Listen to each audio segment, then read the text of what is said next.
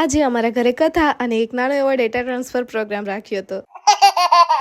થોડા દિવસ પહેલા મારા કઝિન બ્રધરની સગાઈમાં મમ્મીની સાઈડની ફેમિલી મળી હતી અને આજે મારા પપ્પાના સાઈડની. હમણાં થોડા દિવસથી તબિયત પણ બહુ ખરાબ હતી, એ માટે જો મારું ફેસ આખું અલગ જ થઈ ગયું હતું. અને થોડા દિવસ પહેલા મેં સ્ટોરી પર મારી આઈઝનો ફોટો મૂક્યો હતો, તેમાં બધા કહેતા હતા કે રેડ આઈ કેમ, તો બસ એ તબિયતના લીધે જ. અત્યારે પણ થોડી છે, પણ હવે થોડું સારું થઈ ગયું. 4 વાગે કથામાં જવાનું હતું અને 4 વાગે હું સુઈને ઉઠી. પછી હું ફટાફટ તૈયાર થઈ ગઈ હતી અને મારા બાપુજીના પણ કોલ આવતો હતો, કેમ હજી ન આવી. પછી હું અને બાબુ અમારા બેના વ્હાઈટ હેરની વાત કરતા હતા કે ઉપર જ દેખાય છે હવે તો. સત્યનારાયણ ભગવાનની પૂજા શરૂ થઈ ગઈ હતી. આ વખતે પૂજામાં મારા નાના ભાઈ અને ભાભી બેઠા હતા અને આજે અમારા કૃષ્ણભાઈનો પણ બર્થડે હતો. જો તમે મારા બધા વ્લોગ જોતા હશો તો આને ઓળખતા જ હશો. આજે મારા વીરભાઈ જે મારા બધા જ વ્લોગમાં હોય. પછી ધીમે ધીમે બધા ગેસ્ટ પણ આવવા લાગ્યા હતા. પછી સત્યનારાયણ ભગવાનના મસ્ત એવો પ્રસાદ પણ ધરી દીધો હતો. નોર્મલી રવો બનાવો ને કદાચ તમને ન પણ ભાવે, પણ આજે પ્રસાદમાં ધરેલો રવો હોય ને એની મીઠાશ જ અલગ હોય. કોઈને મીઠું ન ભાવતું હોય ને એને પણ આ રવો તો ભાવે જ. અને પછી સમય થઈ ગયો તો આરતીનો. પછી અમારી ફેમિલીએ આરતી કરી લીધી. અમારા ટેણિયા તો ક્યાંય દેખાતો નથી, કેમ કે એ તો લગભગ બહાર હતા. પૂજામાં બેઠા હોય, એની બેન છે એની છેડાછેડી છોડી અને આશીર્વાદ આપે, તો મેં પણ આ કરી લીધું. પછી હું ને મારો ભાઈ ગયા ભાજી લેવા માટે, કેમ કે આજે અમારે જમવામાં હતું પાઉંભાજી. જમીને પછી કંઈક મીઠું તો જોઈએ જ ને. બસ તો પછી આ ગુલ્ફી ખાઈ લીધી.